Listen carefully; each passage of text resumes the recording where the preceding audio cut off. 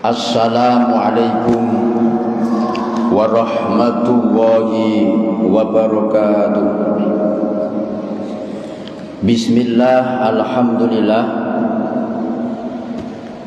wasyukru lillahi ala ni'matillah, wassalatu wassalamu ala rasulillah Muhammad ibn Abdillah, la hawla wala quwwata illa billah, amma ba'da.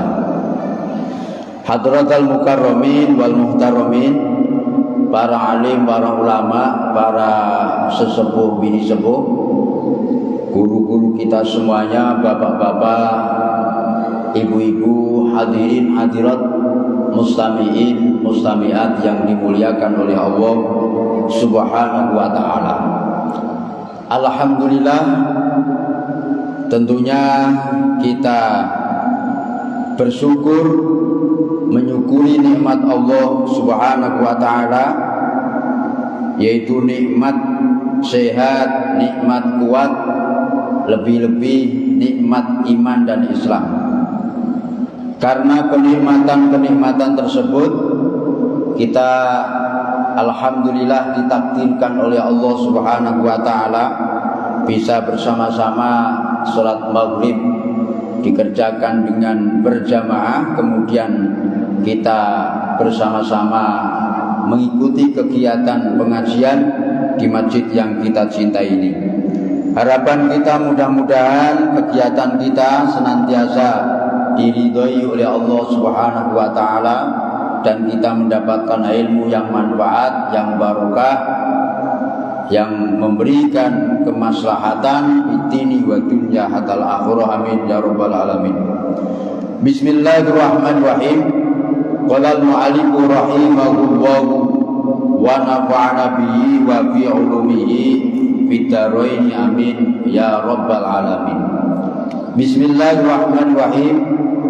Kita teruskan kembali pengajian kita, yaitu masih menyinggung masalah sholat 5 waktu, yaitu sholat yang kita kerjakan setiap hari yang jumlahnya ada 5 waktu. Kemarin disebutkan bahwasanya sholat itu penting. As-sholatu aimaduddin. Sholat itu adalah pokoknya agama. Sholat itu adalah tiangnya agama, aimaduddin. Kemudian sholat ini adalah menempati kepala, ya kan? Kita ini hidup ini punya kepala. Nah, sholat itu seperti kepala di dalam kita beragama. Rukun Islam yang jumlahnya ada 5, ini yang merupakan kepala itu adalah sholat. Jadi sholat itu bagikan menduduki kepala dalam sebuah jasad. Artinya apa? Seseorang itu kalau tidak punya kepala, berarti tidak ada kehidupan pada jasad itu. Nah, begitu juga sholat di dalam agama ini penting, sangat penting.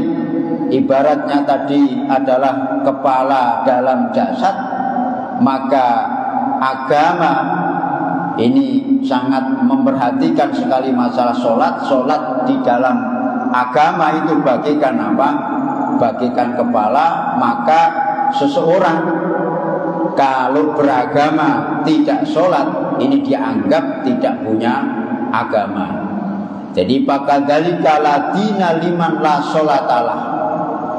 Sebagaimana seseorang ini tidak dianggap hidup, ya kan, apabila tidak ada kepalanya. Jasad tanpa kepala ini tidak akan hidup. Begitu juga seseorang beragama tanpa menjalankan sholat, ibadah sholat tidak dijalankan, itu sama dengan tidak ada agamanya. Jadi la dina liman la sholatalah, tidak dianggap punya agama, liman bagi orang, la sholata yang tidak ada sholat, lahu bagi man. Jadi sholat itu penting. Ya, sholat itu penting. Sholat itu bagikan tiang. Kalau sebuah bangunan tidak ada tiangnya, robohlah bangunan tersebut. Kita beragama, ini pokoknya sholat. Kalau kita tidak sholat, ya agama ini rubuh. Siapa agama siapa yang rubuh? Ya agamanya orang yang beragama yang tidak menjalankan sholat.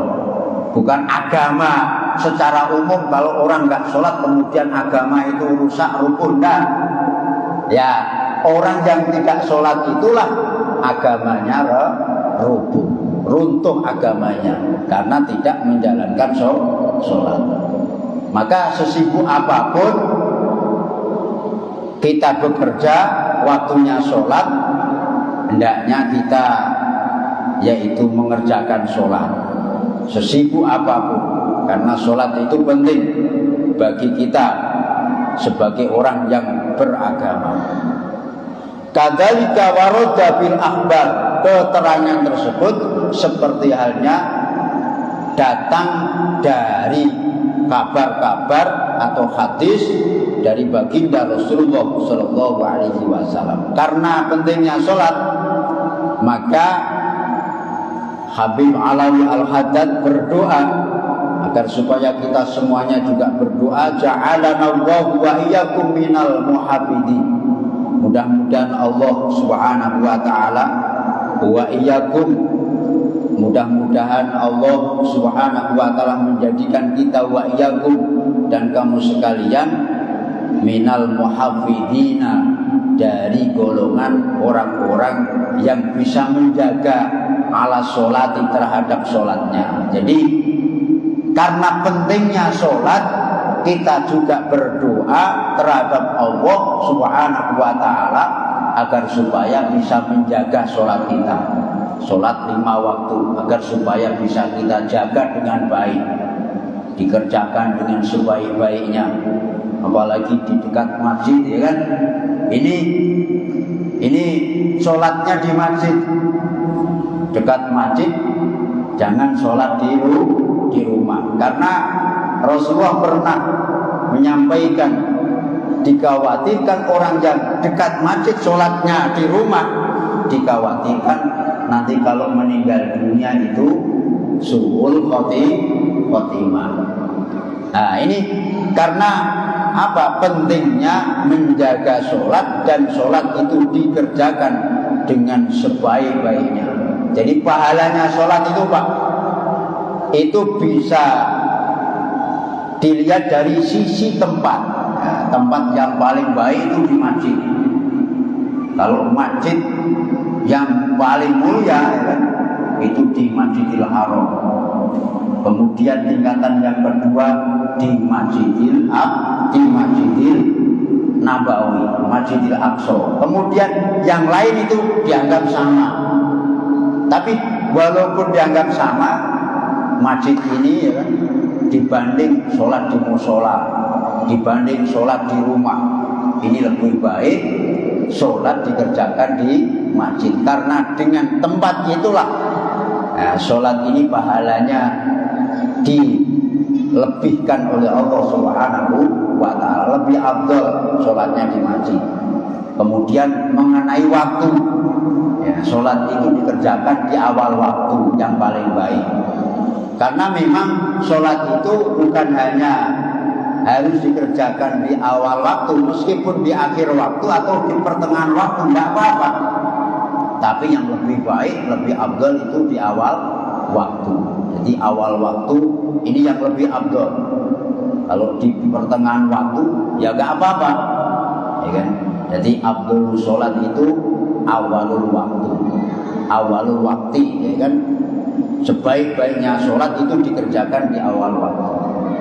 Kalau dikerjakan di pertengahan waktu, ini juga baik.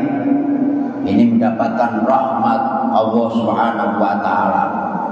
Kalaupun umpama di awal waktu tidak bisa, di pertengahan waktu, ya kan tidak bisa, di akhir waktu pun harus sholat. Ini dapat maghfirah Allah Subhanahu wa taala. Yang penting mengerjakan sholat, karena sholat ini pokok. Lah bagaimana Pak?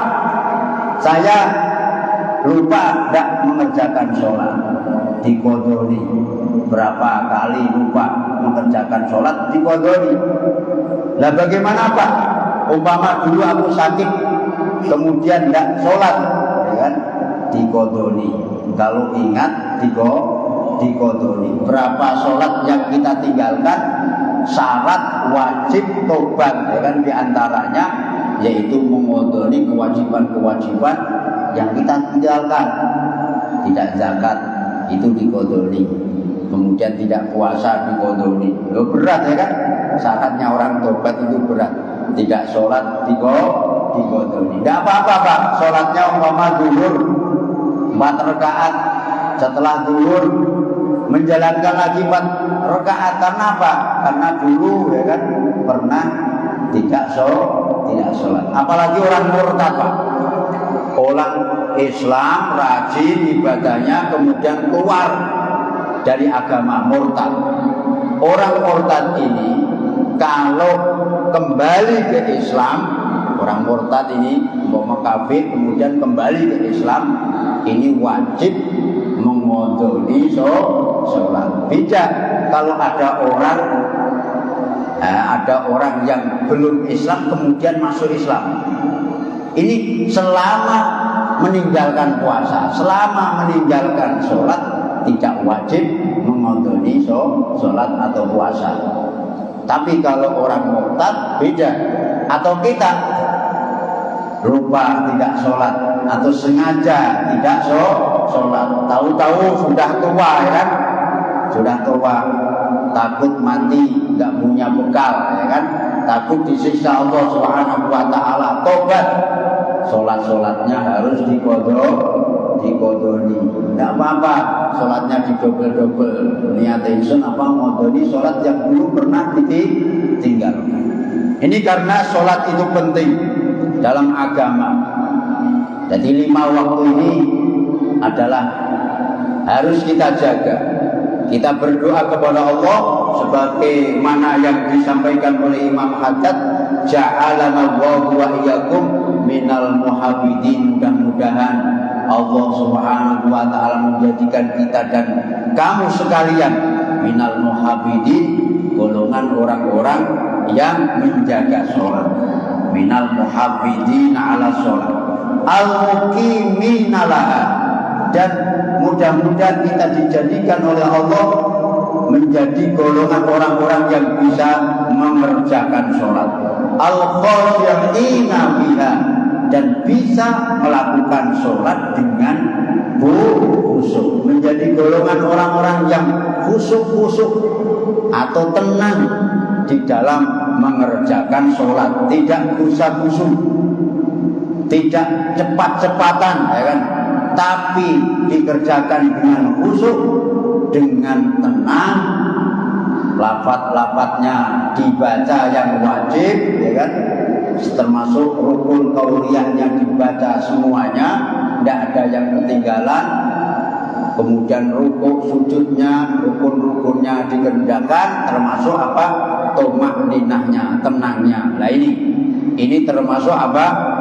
Khosyi'ina, yaitu khusyuk atau tenang di dalam mengerjakan sholat.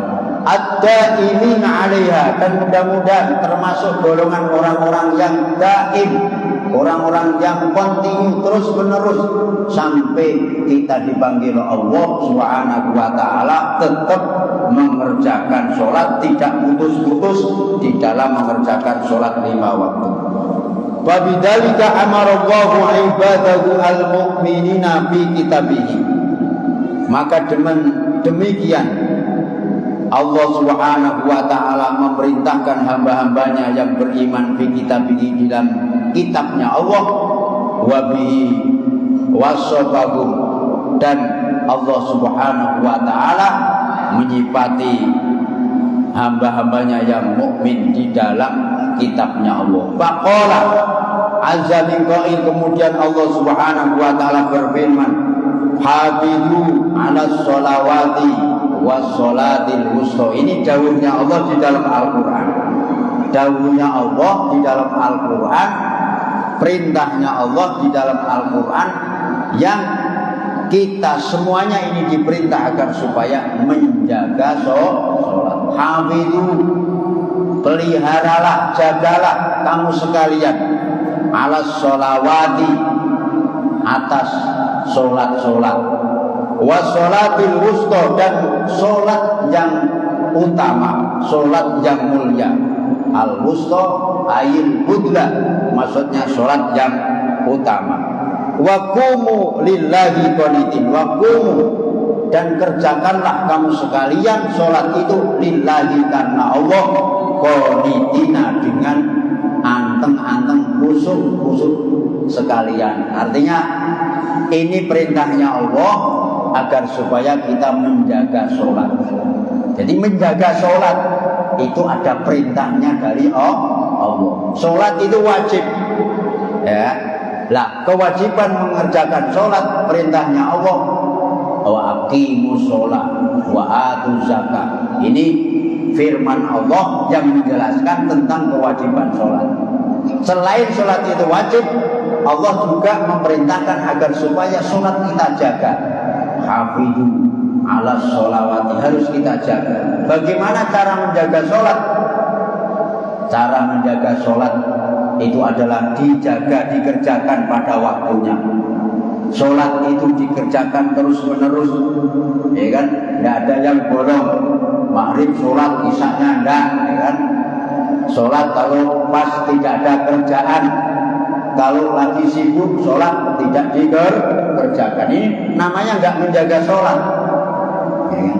Kemudian syarat rukunnya dipenuhi, ya kan? Ini dipenuhi, ini menjaga sholat. Kalau punya hadas wajib dihilangkan. Umpama hadas kecil, itu dihilangkan hadasnya dengan apa? Wudu. Kalau tidak ada air, dengan debu, tayamum, ya kan? Kalau nggak ada air. Kalau hadas besar, dengan mandi. Kalau badannya kena najis atau pakaiannya kena najis, ini wajib dibersihkan. Jadi sholat dalam keadaan suci, dari hadas besar, hadas suci, dari najis, ya kan? Ini harus keadaan suci. Itu menjaga sholat, terpenuhi daripada syarat wajibnya terpenuhi, rukun-rukunnya juga terpenuhi. Ada rukun qalbi. Rukun qalbi itu hati, niat itu di dalam hati. Usolli fardhul maghribi salasa raka'atin mustaqbilal qiblati adaan lillahi ma'muman lillahi ta'ala. Umpama ini lafadznya itu. Lafadz itu sunnah aja. Itu untuk menolong hati. Nah, di dalam hati kita punya niat untuk mengerjakan sholat maghrib 3 rakaat, sholat fardu maghrib 3 rakaat, menghadap Allah karena Allah, menghadap kiblat karena Allah Subhanahu wa taala. Ini di dalam hatinya, ini niat itu di dalam hati. Kapan niatnya? Muqtaronan bi'ilihi. Jadi niatnya itu bersamaan dengan mengerjakan amalan itu. Jadi ketika Allahu Akbar, ya kan? Ya, niatnya di sini. Allahu Akbar. Ketika kita membaca lafaz Allahu Akbar, dimulai dari alif ini sampai rohnya yang terakhir Allahu Akbar. Disitulah kita niat. Gak boleh sebelumnya, gak boleh. Kalau sebelumnya itu namanya tidak niat, azm, bertujuan untuk sholat. Kalau niat harus muqtaronan bibihi, qasdu syai'in muqtaronan bibihi, mengingaja untuk melakukan sesuatu, muqtaronan yang dibarengi bibihi, dengan mengerjakan sesuatu tersebut. Umpama pas wudu, ya kan? Nawaitul wudu'a li rabbi hadasil aswari, ya kan? Itu ketika membasuh muka yang pertama itu niatnya di situ, ya kan? Niat ingsun wudu, ya kan? Untuk menghilangkan hadas kecil. Fardulillahi ta'ala di situ. Nah, ini namanya qasdul syai'in muqtaronan bi fi'lihi. Lah, menjaga sholat ya seperti itu, menjaga waktunya, menjaga syarat rukunnya, ya kan? Kemudian menjaga terus menerus sholat itu dikerjakan selama sehari semalam 5 waktu. Nah, kemudian waqumu lillahi qanitin. Di dalam mengerjakan sholat itu adalah karena Allah. Waqumu lillahi qanitin. Lillahi karena Allah, bukan karena yang lain, bukan karena sholat rajin agar supaya apa? Dagangannya laris, bukan karena sholat rajin agar supaya apa? Hidupnya enak, lancar, rezekinya banyak. Nggak ada hubungannya. Sholat ini pahalanya nanti di akhirat, ya kan? Ya kan? Pahalanya di akhirat. Kalau mau sholat rajin, kemudian berdoa kepada Allah Subhanahu wa Ta'ala agar supaya lancar dagangannya, ya tidak apa-apa. Tapi jangan sampai ibadah kita itu niatnya karena dunia. Di akhirnya tidak dapat apa-apa nanti. Membaca surah Yasin 7 kali, habis sholat asar, niatnya agar supaya lancar rezekinya, ya kan? Tidak sah niat seperti itu. Yang penting membaca ibadah terhadap Allah Subhanahu wa Ta'ala agar supaya kita menjadi hamba-hamba Allah yang dicintai oleh Allah. Kalau Allah mencintai, apapun kesulitan kita dibantu oleh Allah, apapun keperluan kita dibantu oleh Allah. Jadi jangan kita kait-kaitkan ya ibadah kita dengan apa? Duniawi. Kita tidak dapat apa-apa. Kam min amalin yatasawwaru bi a'malil akhirah yasiru amala dunya bi su'inniyan. Banyak amal yang kelihatannya amal akhirat, kelihatannya amal akhirat. Sholat amal akhirat, puasa amal akhirat, zikir amal akhirat, ngaji amal akhirat. Secara lahiriah amal akhirat, sedekah amal akhirat, haji, umroh amal akhirat. Tapi kalau tujuannya itu punya tujuan untuk dunia, dapatnya dunia. Haji agar supaya dilihat orang, agar supaya dipuji orang, agar supaya dipanggil orang, agar supaya mempunyai popularitas di tengah-tengah masyarakat, ya kan? Ini orang yang sudah haji dan lain sebagainya Kemudian sholat ya seperti itu, zakat seperti itu agar supaya dilihat orang, dapat pujian orang. Ini namanya apa? Ibadah yang kelihatannya akhirat, tapi niatnya, tujuannya, makosidnya di dalam hati itu adalah dunia. Maka dia tidak mendapatkan amal akhirat. Sebab apa? Bisuin niat, karena niatnya tidak baik. Nah, makanya kita perlu ngaji, ya kan? Kita ke masjid niatnya mencari ridho Allah Subhanahu wa Ta'ala. Gak sah diperhitungkan orang itu mau berbicara apa. Kalau kita sedekah, mau itu disebut orang dermawan atau tidak, yang penting kita sedekah, ya kan? Lillahi ta'ala, karena hanya kita mengharapkan amal itu nanti di akhirat. Makanya ad-dunya itu adalah darul ikhtiyar.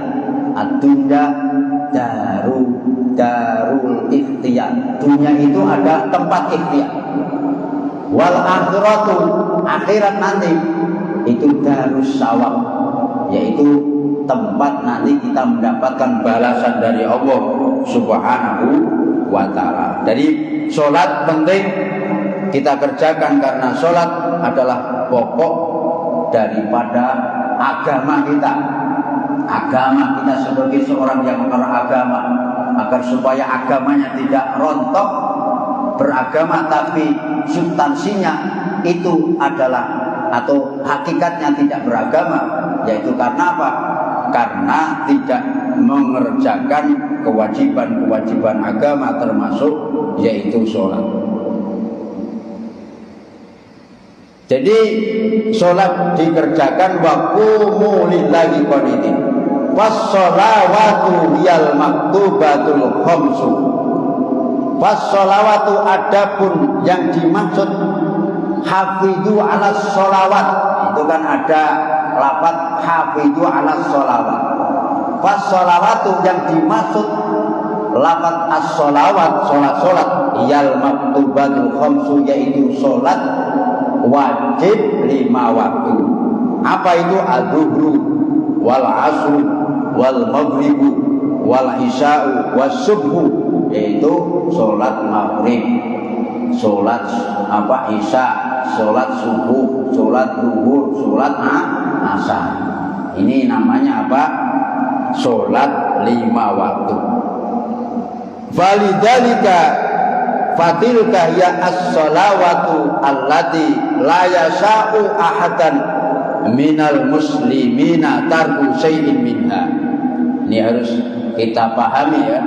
Fatilka sholat zuhur, asar, maghrib, isya, subuh, hiya as-sholawatu, yaitu sholat-sholat allati la yasha'u, di mana sholat-sholat tersebut itu tidak ada kemurahan, tidak ada kelonggaran, ahadan minal muslimin, seseorang dari orang Islam, tarku syai'in minha, meninggalkan sesuatu dari sholat-sholat tersebut, dari sholat zuhur, asar, maghrib, isya, subuh itu. Jadi sholat 5 waktu itu adalah sholat di mana seseorang yang beragama Islam itu tidak diberi kelonggaran sama sekali untuk meninggalkan di antara sholat-sholat tersebut. Tidak boleh, harus dikerjakan. Fi halin minal ahwal, dalam keadaan apapun, ya kan? Dalam keadaan apapun, fi halin, dalam suatu keadaan, minal ahwal, dari beberapa keadaan-keadaan yang ada.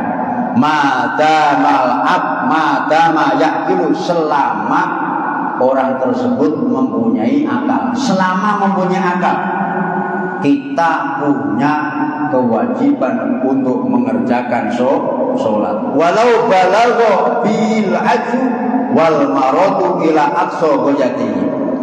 Walau balagha bil aju, meskipun seseorang itu menemukan suatu ketidakberdayaan, wal maradu, maupun sakit, ila aqsa ghayatihi, sampai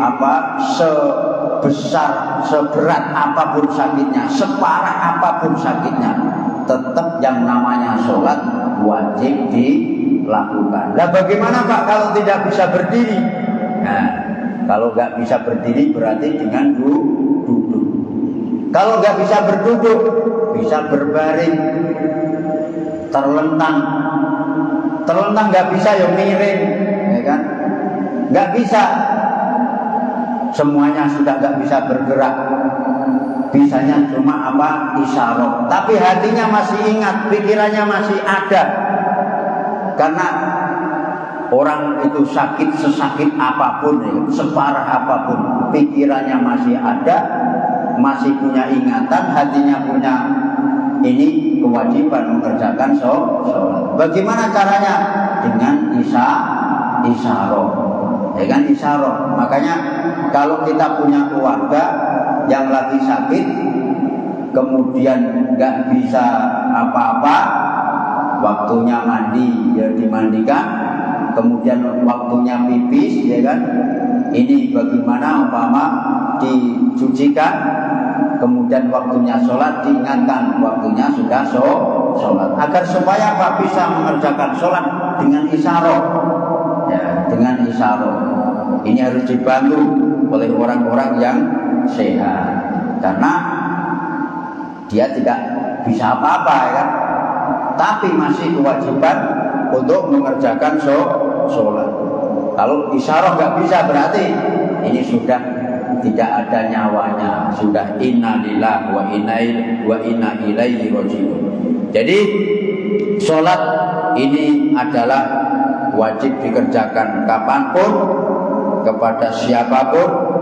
Yang namanya orang Islam wajib mengerjakan sholat yang sudah akil balik. Kemudian selanjutnya adalah wassolatul wusta, hafidhu ala sholawati wassolatil wusta. Ya. Kalau ala sholawati tadi dijelaskan sholat 5 waktu. Wassolatil wusta, dan sholat wusta. Sholat yang apa? Yang utama. Sholat yang utama itu apa? Ini sebagian ulama mengatakan adalah sholat asar. Jadi zuhur, asar, maghrib, isya, subuh, ya kan, 5 waktu. Ini ada sholat yang mulia, sholat yang utamanya itu lebih mempunyai nilai plus dalam keutamaannya. Itu adalah sholat asar. Jadi sebagian ulama mengatakan wassolatul wusta hiyal asru, yaitu sholat asar. Jadi kalau sholat asar itu jangan sampai ditinggalkan. Ini sholat yang utama, sholat yang mulia. Kama warada bi al hadis as-sahih, seperti penjelasan yang datang dari hadis yang sahih. Khassahallahu bi dzikri, khassa menentukan, yaitu sholatul wusta. Siapa? Allah, yaitu Allah, bi dzikri dengan sebutan. Karena apa? Liyadatil fadli wasyarafi. Karena sholat asar atau sholatul wusta itu ada nilai lebih dalam keutamaan dan kemuliaan. Jadi washafidu ala sholawati wassolatil wusta, itu adalah sholat asar. Kenapa sholatil wusta ini disebutkan oleh Allah Subhanahu wa ta'ala? Karena ada nilai plus dalam sholat asar atau sholatil wusta. Nilai plusnya adalah yaitu tentang keutamaan dan tentang kemuliaannya. Tapi sebagian ulama mengatakan bahwasanya sholatil wusta itu sholat yang utama, tapi dirahasiakan oleh Allah Subhanahu wa ta'ala, sebagaimana yang disampaikan oleh Sayyidina Umar. Ada sholat yang namanya sholatil wusta, ini dirahasiakan oleh Allah. Sholat apa itu? Apakah zuhur, apakah asar, atau isya, atau maghrib, atau subuh? Yang namanya rahasia ya tidak dijelaskan, tidak ada yang tahu. Nah, kenapa kok dirahasiakan? Karena agar supaya kita sungguh-sungguh mengerjakan sholat, agar supaya sholat ini jangan sampai ditinggalkan, ya kan? Karena ada sholat yang utama, yaitu sholatul wusta atau sholatul budla. Ini kalau menurut Sayyidina Umar, sholatul wusta itu dirahasiakan. Jadi belum tentu itu sholat asar, belum tentu itu maghrib, isya. Ini tujuannya agar supaya umat ini sungguh-sungguh menjaga sholat 5 waktu, jangan sampai ada yang disepelekan. Semua itu adalah sholat penting, dan sholat itu adalah mulia, dan ada yang lebih mulia. Di antaranya kalau kita itu sungguh-sungguh, itu pasti setiap hari 24 jam ada sholat yang mulia, dan kita tentu akan mendapatkannya kalau memang kita tidak ada yang bolong dalam sehari semalam. Sholat 5 waktunya semuanya dikerjakan, berarti ini pasti mendapatkannya yang namanya sholatul wusta. Ini sebagian ulama, termasuk yang disampaikan oleh Sayyidina Umar radhiyallahu anhu. Wa dzalika ma'rufun wa masyhurun fil Islam. Masalah sholatul wusta ini adalah sangat terkenal dan sangat masyhur di kalangan kita umat Islam. Di kalangan umat Islam yang namanya sholatul wusta ini istilah-istilah yang sudah dikenal dan sangat masyhur. Ini namanya sholatul wusta. Hafidhu ala sholawati wa sholatil wusta. Kama waroda bi al hadis. Kemudian hatta balagona bisababi nuzuli rukhsah fi sholatil khauf. Jadi sampai kepada kita semuanya asbabun nuzul yang menjelaskan ayat Allah yang menjelaskan tentang sholat khauf. Ya.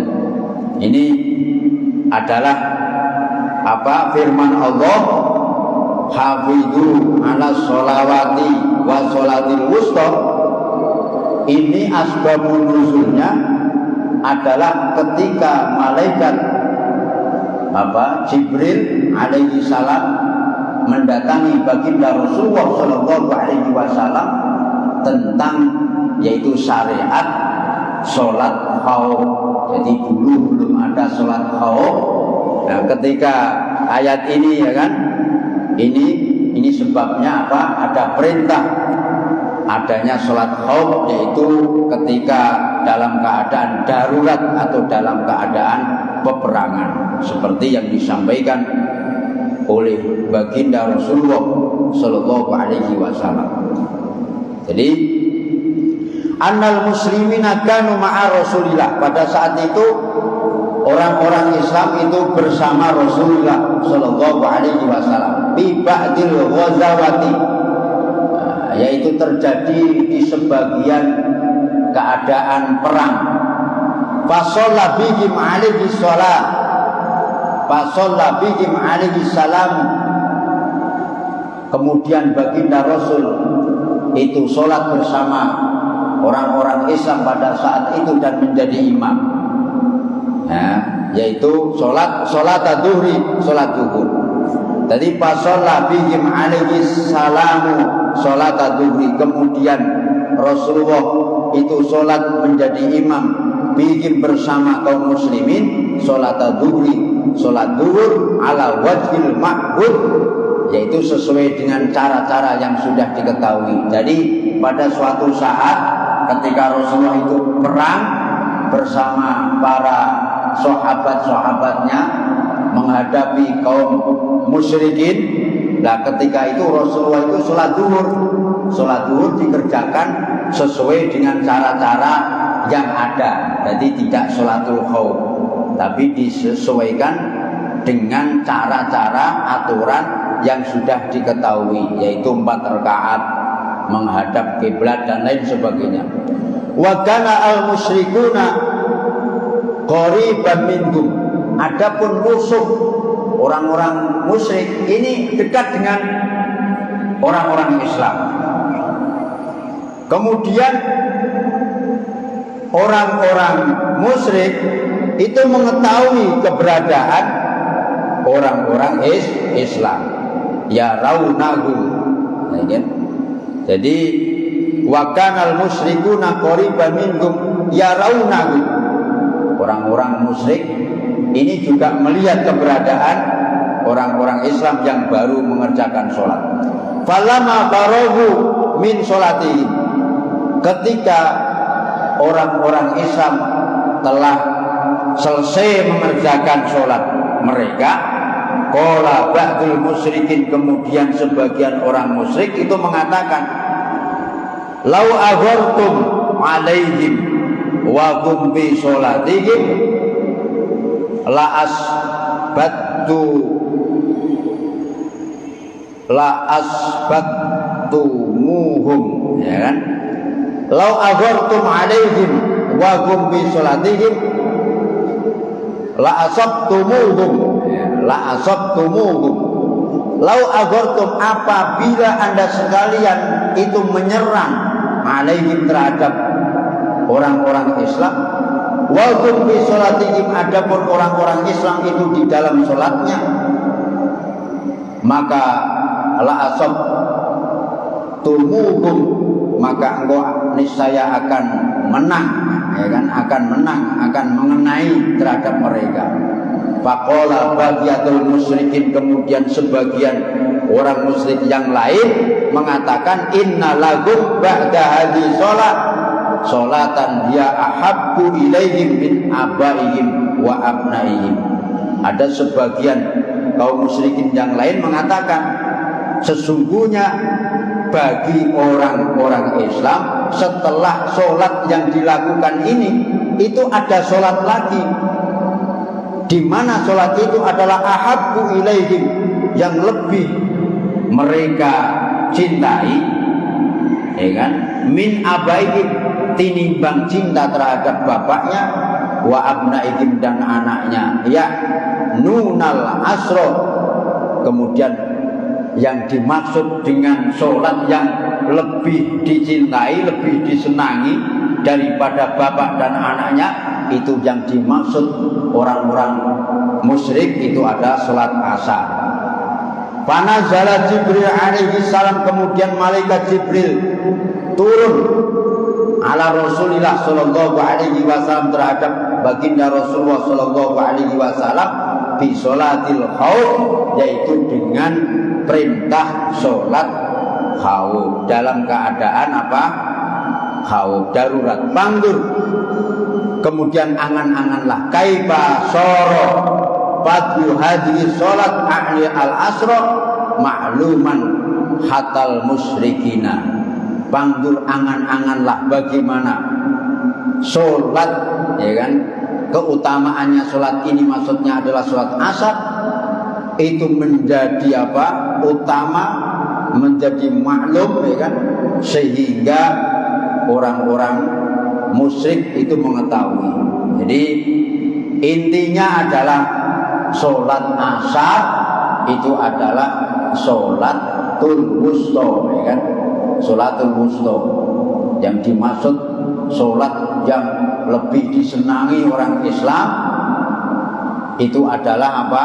Sholat asar lebih disenangi daripada senangnya terhadap bapaknya maupun anaknya. Nah, saking terkenalnya sholatul wusta ini, ya kan, sehingga orang musyrik juga mengetahui, ya kan, ini berarti sholat asar ini adalah sholat yang utama. Ini menurut yaitu hadis ini terjadinya perintah dari malaikat Jibril terhadap Rasulullah agar supaya kalau dalam keadaan genting sholatnya itu dikerjakan, yaitu sholat khusus, ya kan, tidak sholat biasa. Boleh tidak menghadap kiblat, menghadap musuh, ada yang menghadap ke kanan, ke kiri, ke samping, ke depan, ya kan. Itu kalau memang sholat itu diadakan dalam keadaan yaitu genting atau darurat, namanya sholat khauf. Nah, ketika umat Islam mengerjakan sholat yang dikerjakan biasa-biasa, ya kan, setelah rampung, ada sebagian orang musyrik mengatakan kalau umat Islam kita serbu ketika dalam keadaan sholat, habis semuanya. Nah itu, tapi itu tidak terjadi. Kemudian yang lain mengatakan tidak apa-apa, nanti masih ada sholat di mana umat Islam itu lebih mencintai sholat itu, lebih menyenangi sholat itu dibanding bapaknya, anaknya. Yang dimaksud orang-orang musyrik itu adalah sholat setelah sholat duhur, yaitu sholat asar. Inilah bapak-bapak sejarahnya atau asbabun nuzulnya sholat khauf itu adalah hafidu ala sholawati wa sholatil wusta. Sampai orang-orang musyrik itu kenal yang namanya sholat asar. Sholat asar itu adalah sholat yang paling dicintai, paling disenangi, paling itu mulia menurut pandangan umat Islam, paling dicintai, lebih dicinta daripada bapak-bapaknya dan anak-anaknya menurut orang musyrik. Nah, menurut orang musyrik. Jadi saking terkenalnya sholat asar ini atau sholatul wusta. Mudah-mudahan ada manfaatnya. Mudah-mudahan kita semuanya diberi kekuatan oleh Allah Subhanahu wa taala. Sebentar lagi juga kita akan menghadapi bulan suci Ramadan, maka penting sekali ya kan kita menjaga sholat, begitu juga puasa di bulan suci Ramadan. Karena kita sebagai umat Islam, Islam kita akan dinilai utuh ya apabila kita mengamalkan daripada amaliyah-amaliyah yang diperintahkan di dalam kitab beragama. Jadi kalau agama Islam, agamanya Islam, KTP-nya Islam, sebutannya orang Islam, tapi amaliyahnya tidak dikerjakan, itu hakikatnya tidak beragama, walaupun sebutannya menjadi umat Islam. Tapi tetap nanti kalau meninggal dunia, tetap kewajiban-kewajiban seperti menyolati, ngapani itu tetap wajib dilaksanakan, karena dia itu muslim sebenarnya, cuma tarikus sholat, muslim yang meninggalkan sholat. Nah, dosa. Atau tarikus sahur, muslim yang meninggalkan puasa, tetap hukumnya secara lahiriah tetap muslim, tapi hakikatnya dia meninggalkan amaliyah yang penting, yaitu di dalam beragama. Kurang lebihnya minta maaf. Kami akhiri wallahu a'lam. Wassalamualaikum warahmatullahi wabarakatuh.